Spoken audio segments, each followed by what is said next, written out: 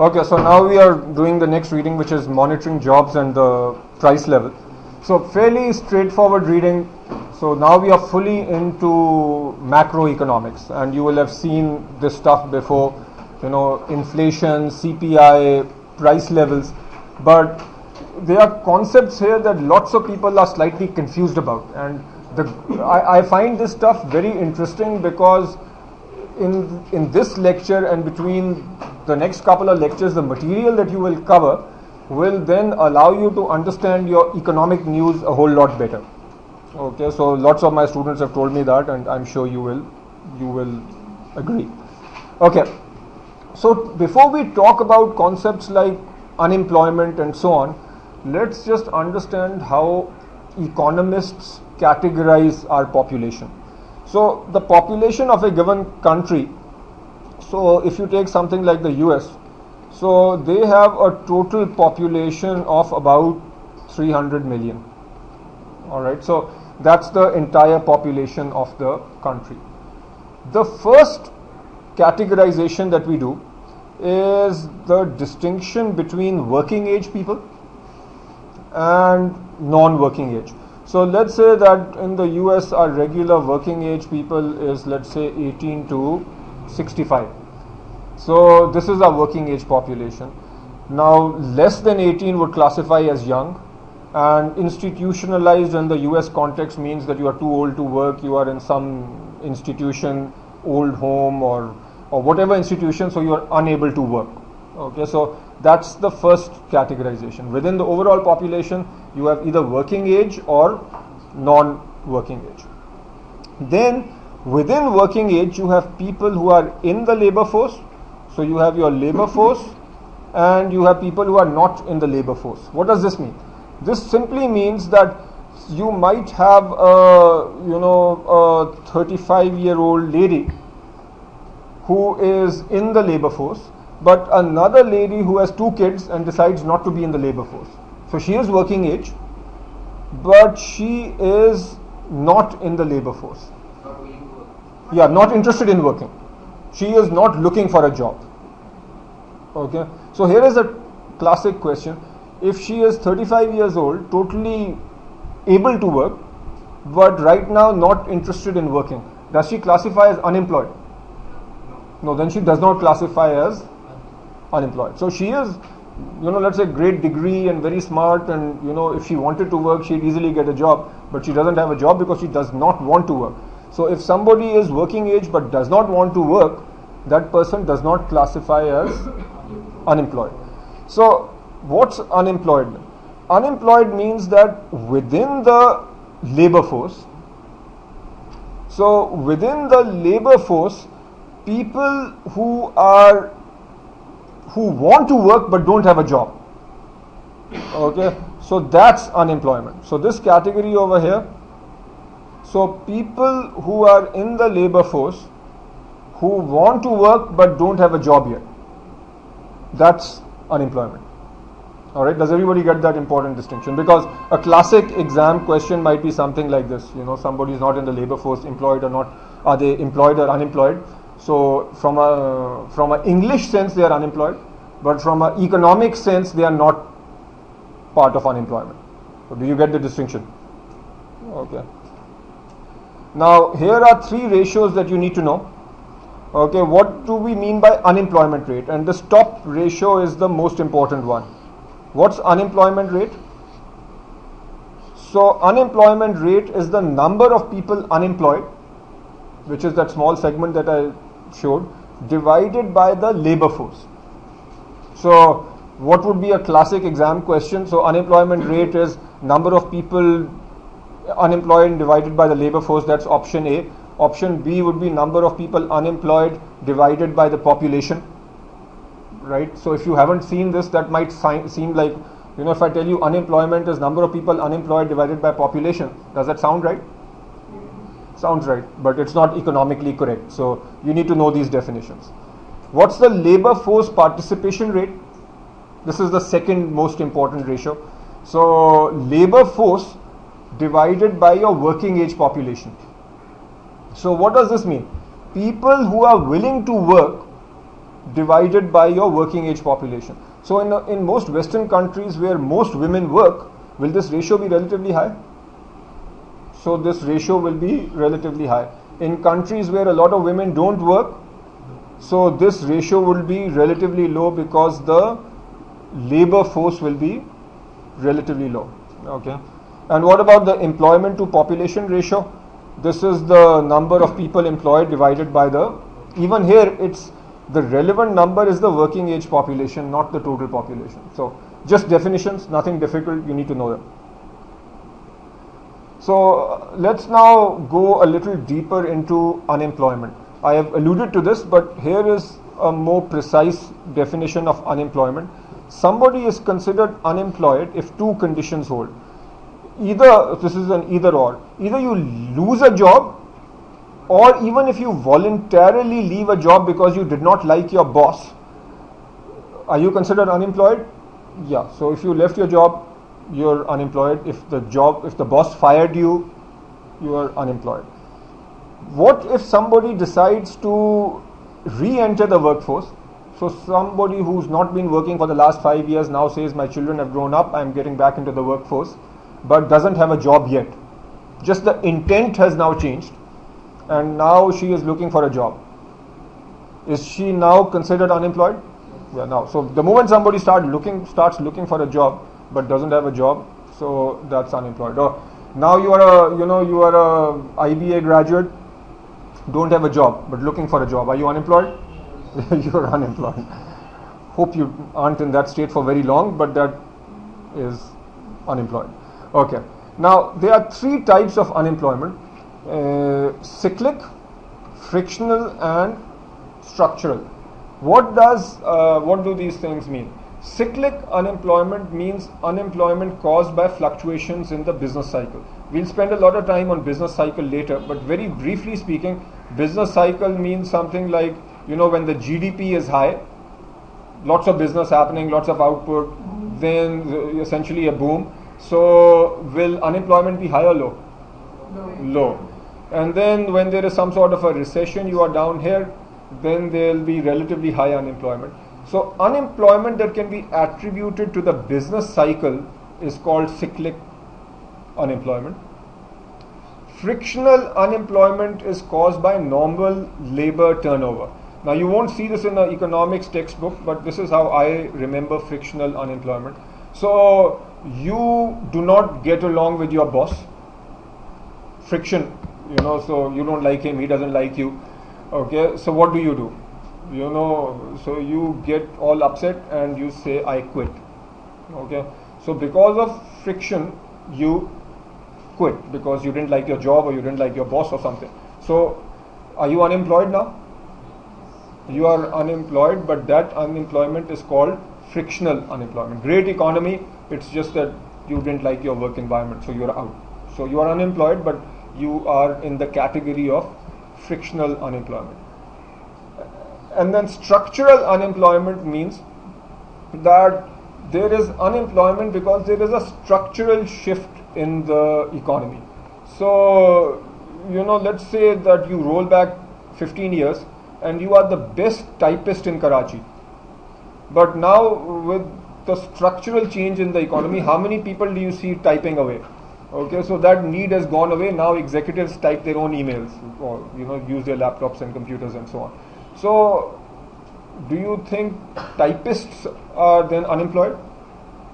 So they are unemployed, but there has been a structural change in the economy, so that unemployment is referred to as structural unemployment. Now let's just for the sake of this discussion say that we are in a bit of a recession. The unemployment due to the downturn in the economy is 2%.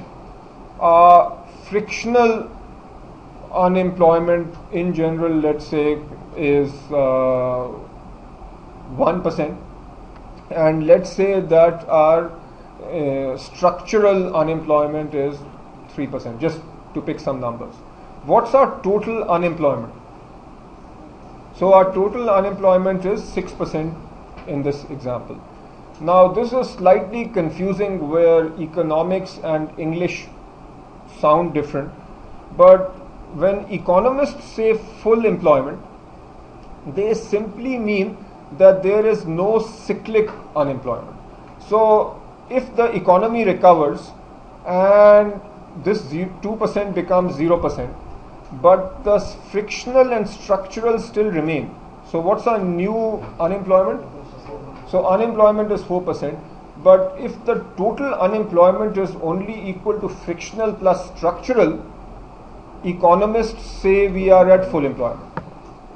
Don't ask me why, but that's just the definition. So full employment means that your unemployment is only equal to cyclic plus is only equal to frictional plus structural. There is no cyclic. So that's the definition of full employment. No cyclic unemployment. And economists also say then that the GDP is at, when the GDP is at full employment, that means everybody who can work is working. That's also called the potential GDP. The way you can think of this is, where GDP is what? It's the output produced by a given country. So if everybody who can be employed is employed, then you are at your potential. So the output that you are producing is at the potential you can be for your country. Okay. What's the natural rate of unemployment? And these are all just definitions you need to know. The natural rate of unemployment is the unemployment rate at full employment. So what's the answer here? The answer here, the natural rate of unemployment for this example is 4%. Okay. So nothing complicated, just get used to the way economists define things. Okay. A few more definitions. Actually, this is just repeating or hammering in what I said. So full employment is when the economy has no cyclic unemployment. So we've done that. Structural and frictional unemployment will always exist. Why is it a good thing? Think about this. If you are working in an economy where you hate your boss, but you still are forced to work there, is that a good economy to be in? No, that's not actually a good thing, right? So, yeah, so having some frictional unemployment actually is a healthy sign. That shows that if you don't like your work environment, you have enough confidence to get out, knowing that you will get hired. If you have no confidence of getting another job, then you might just, manage to live and compromise and, do something.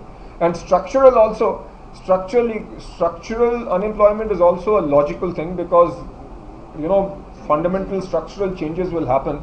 You don't want, if people skill sets are obsolete, it makes sense for them to then get out, get retrained, and then get in doing something productive. So these 2 points I've already made. So this is just, a recap. A few more points and then we'll pull all this together. When macroeconomists talk about aggregate hours, what they mean is the total hours worked in a year by all the people in a country. Okay. So using aggregate hours, we can estimate the productivity of labor. Why is this? So in a given country, you can say, okay, the aggregate hours of labor in Pakistan was, let's say 10 million. The aggregate hours of labor in, say, Germany was 2 million. Okay. And in dollar terms, let's say that the GDP of Pakistan, so Pakistan is the top row. So let's say that the GDP of Pakistan is 2 billion, just to pick a number. And of Germany is, let's say, 8 billion. So if this is the aggregate hours on the left, and this is your GDP, which is a measure of output, do these numbers give you a measure of the productivity? So in Pakistan, with 10 million aggregate hours of labor, we have an output measured by the GDP of a country of only 2 billion. Whereas in Germany, with much fewer aggregate hours, the GDP is much higher. So when you have aggregate hours and you have GDP, you can ascertain the productivity of your labor force. Okay. This is one point. And would it surprise you that the wage rates in Germany are much higher than the wage rates in Pakistan? It would not surprise you because the productivity per unit of labor in Germany is way higher. Okay, so the more productive an hour of labor is, the higher the wage rate. So all this is logical. Okay. Now a very important, concept of real wages versus, say, the things that you need to keep in mind is you will see terms like real, you will see terms like potential, and terms like nominal, and you need to keep all these straight in your head. When we say real wages, what do we mean by real wages? Real wage means the ability to buy.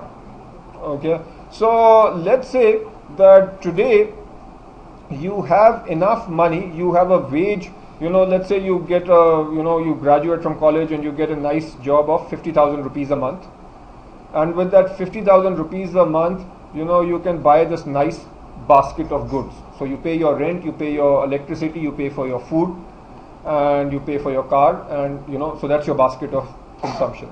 1 year later, you get a nice hefty 40% raise, and now you are making 70,000 a month.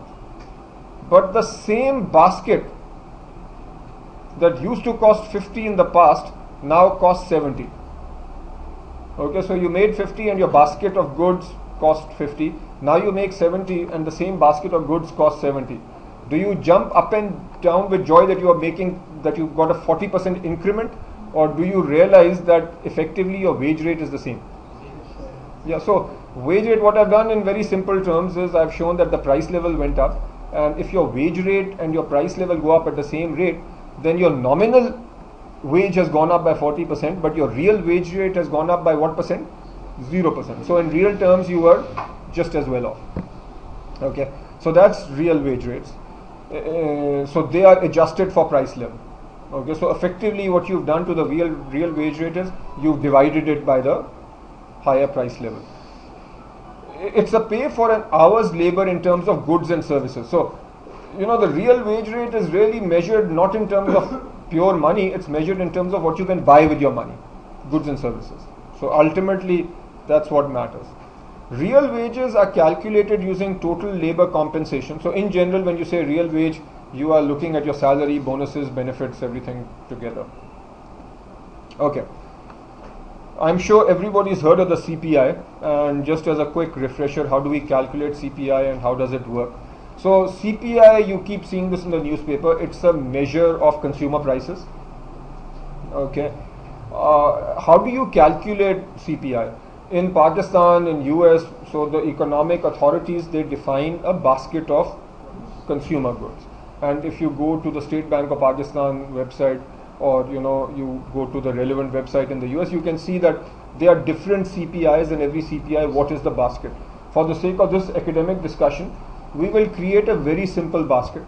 Let's say that you love apples and you like your rice.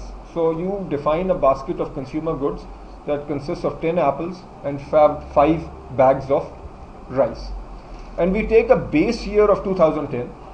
In the base year, apples cost $1 per apple and rice costs $8 per bag. Okay. So what is the cost of this basket? So the cost of this basket is 10 plus 40. So the basket in 2010 is 40 plus 10, which is 50. And next year, the same basket goes up. Why? Because now apples are $2. So 2 times 10 is 20. So it's the same basket, but the prices have gone up. And so you have the basket is now worth 70. Okay. Now, what is the CPI? The CPI means that you take the base year. So in the base year, which in our example is 2010, you set the CPI equal to 100. Okay, so in the base year, you set CPI equal to 100. So if in 2010, which was the base year, the CPI is 100, how much is the CPI in 2011? Notice the prices went up by 40%. So what will the new CPI be? It will be 140. So all you do is look at the base year CPI and tie that to 100, and then you look at the current price of the basket in your current year, and then you say that if base year was 100, what's the price right now? So it is simple mathematics. There are formulas, but this is effectively what it is. So that is the definition of CPI. What is inflation? What is actual inflation? What is expected inflation? So just understand these points. Inflation is the percentage change in CPI from year to year. So from 2010 to 2011, what was our inflation? The inflation was the percentage change in CPI. So the CPI changed by 40%. So in this example, the inflation is 40%. So how would you do this? You would do the CPI at the end of the year minus the CPI at the beginning of the year divided by the CPI at the beginning of the year. So there's a formula for this, but it's essentially what I just said. Now, if you are doing this analysis, let's say these numbers were numbers for the end of 2010 and these numbers are for the end of 2011. And if you are doing this analysis at the end of 2011, then would this be actual inflation or expected inflation? Actual. So if it is based on actual numbers from the past and the present, then it's actual. But if now I tell you that it's 2011, 1 year from today I expect apples to be $3 and I expect rice to go up to $12. These are expected prices. Then your inflation number will be called expected inflation. Do we all expect inflation? Yes. We all expect inflation. So the big question isn't whether there is inflation. The big question that economists always have is whether actual inflation will be equal to, more than or less than what we expect. So you need to keep that in mind. All right. What is a CPI bias? This is a somewhat academic discussion. So the curriculum, last few pages of this chapter talk about it. So I'll just give you the core points that you need to know from an exam perspective. So economists widely believe that when you see a CPI number, so in the US we might have a CPI of say, so whatever the CPI might be, if you say have a CPI of 150, it's believed to overstate the true rate of inflation by about 1% per year. So if we are going from 150 to 180, our CPI is increasing, you can calculate what the inflation is. According to economists, inflation numbers are overstated. Okay, so what's the logical question? Why? Okay, and economists have identified 3 reasons. Whether or not you agree with the reasons is besides the point. You just need to know that the curriculum says that here are the 4 major reasons. One reason is new goods replace older, lower price products. So this is saying that if you look at the consumer price index, let's say that going from say 1980 to 2010, so if let's say this was our base year, so this was our base year, and let's say that in the base year one of the items in the index was a typewriter. Okay, now nobody has a typewriter. Now the typewriter is replaced by a laptop. Okay, so our basket has been replaced by a newer good. Let's say that laptops are more expensive than typewriters. Does that put upward pressure on the CPI? It does, because laptops are higher. So it implies that the CPI has gone up because the price of a laptop is more than a typewriter. But in reality, the CPI is up not because we have the same basket, but because now the basket has a newer, better good. So that tends to overstate the CPI. The CPI might be higher because of quality improvements. So let's say that the CPI has, one of the items in it is shampoo. Okay, so let's say that the CPI has gone up because the price of shampoo has gone up, but the quality of shampoo now is much better than before. So if the quality is better and the price is higher, then that also puts upward pressure on the CPI. But the ideal scenario would have been shampoo of the same quality. Now that we are using shampoo of a better quality and that has a higher price, so that's slightly misstating the fact. So that also puts a higher pressure on the CPI. Commodity substitution, the example used in the curriculum is that of, part of your consumption is eating protein. Okay, how can you get your protein? Let's say you can get your protein from beef or from chicken. Okay. Now, in the past, the CPI included beef because mostly you were eating beef. Now, if beef becomes more expensive, what will you do? The beef is in your basket, so the CPI will go up. But what does your consumption do? Your consumption then shifts to chicken. So you are getting the same protein. So you are spending less, your expenditure is less, but the CPI has gone up. So that also overstates. The commodity substitution, minor point, not a huge big deal. But let's say that part of your consumption basket, as in the consumption basket has beef because you like to consume protein, right? So protein is both in chicken and beef. So let's say beef prices go up a lot. Okay, so what will that do to the CPI? It raise the CPI. But you as a consumer, what will you do? You will say that beef is in the CPI, therefore I must keep consuming beef, or will you then buy the cheaper chicken? You will buy cheaper chicken, right? So you buy cheaper chicken, so your actual expenditures have not gone up by that much. But the CPI, which has a hard-coded beef in it, will imply that the CPI number has gone up. But as a consumer, your expenditure hasn't gone up so much. But if everybody starts switching, you want to remove beef from the no. continue to keep beef? You can't just keep changing your basket, right? So once you define the basket, right. So this is just pointing out a slight technical flaw in the way CPI works. Okay, so CPI is not a perfect measure. So if the government kept, if the government had the ability to keep changing the basket, then the government would keep changing the basket and saying that, look, there is no inflation, right? So strictly speaking, when you define a basket, then that basket should remain. But then there are these other issues which are lesser issues. Another is outlet substitution. So if clothes are becoming more expensive, let's say that you like to buy your clothes at, Forum. Clothes become more expensive, and let's say that your CPI is measuring the stuff sold at Forum for some reason. Clothes become more expensive. What will you do? Then you'll go to Zender Market, right? Maybe you'll buy the same thing at 1/3 the price. So the actual money spent did not go up too much, but again the CPI might seem like it's gone up a lot. So all this is saying is that while CPI is well and good, but there are several flaws in a CPI, because a CPI is an economic and it's a very rigid basket, but it's not always a good indication of what consumers are actually spending their money on. So bottom line is CPI tends to be overstated. Economists have estimated that CPI tends to overstate inflation by 1%. Just take that as a given, and for the 4 reasons given here. Okay, so that's it for this reading.